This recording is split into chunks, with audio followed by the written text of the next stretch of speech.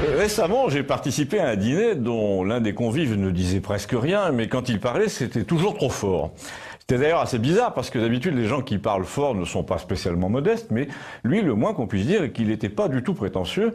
À un moment, il nous a expliqué qu'il s'occupait d'une vieille dame presque à plein temps, qu'elle entendait mal, et il nous a demandé pardon de parler trop fort parce que, à force de vivre avec des sourds, on ne se rend pas compte. Apparemment, cette vieille dame était la sœur de sa mère, sa tante donc, et il vivait sur sa retraite, c'est-à-dire que celle de son défunt mari, qui avait un salaire convenable. Enfin, c'est le genre de détail que vous apprenez généralement après le dîner, surtout que dans son cas, comme il est parti tôt, il y a eu une conversation après son départ. Et d'ailleurs, pendant le dîner, il y a presque eu un incident. Après nous avoir raconté qu'il habitait chez cette vieille dame et qu'il s'en occupait, il nous a dit, qu'est-ce que vous voulez, c'est un choix, j'avais 56 ans, j'ai laissé tomber mon travail, je ne regrette pas, même si je suis devenu pauvre, dépendant et quasi transparent. Et là, il a enchaîné sur une explication que personne ne lui demandait, mais qui finalement n'était pas inutile. Il nous a expliqué que, quand on y réfléchit, il y a un tiers de la population, et j'ajoute pour ma part que dans les villages comme Campagnol, c'est presque la moitié, qui est au service des autres, et le plus souvent gratuitement.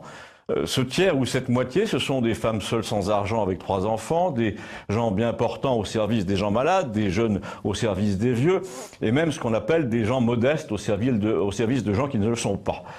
Et toutes ces personnes qui s'occupent d'autrui, parce qu'il faut bien que quelqu'un le fasse, sont inexistants ou presque pour les autres qui ne les voient pas. Et il a ajouté...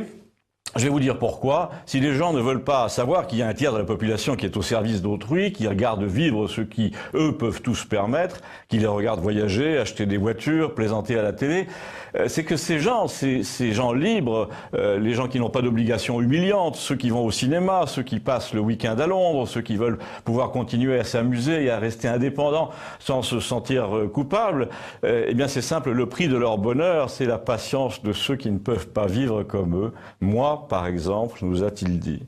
Là, on était au dessert, il y a eu comme un soulagement quand le type a dit qu'il n'allait pas s'attarder.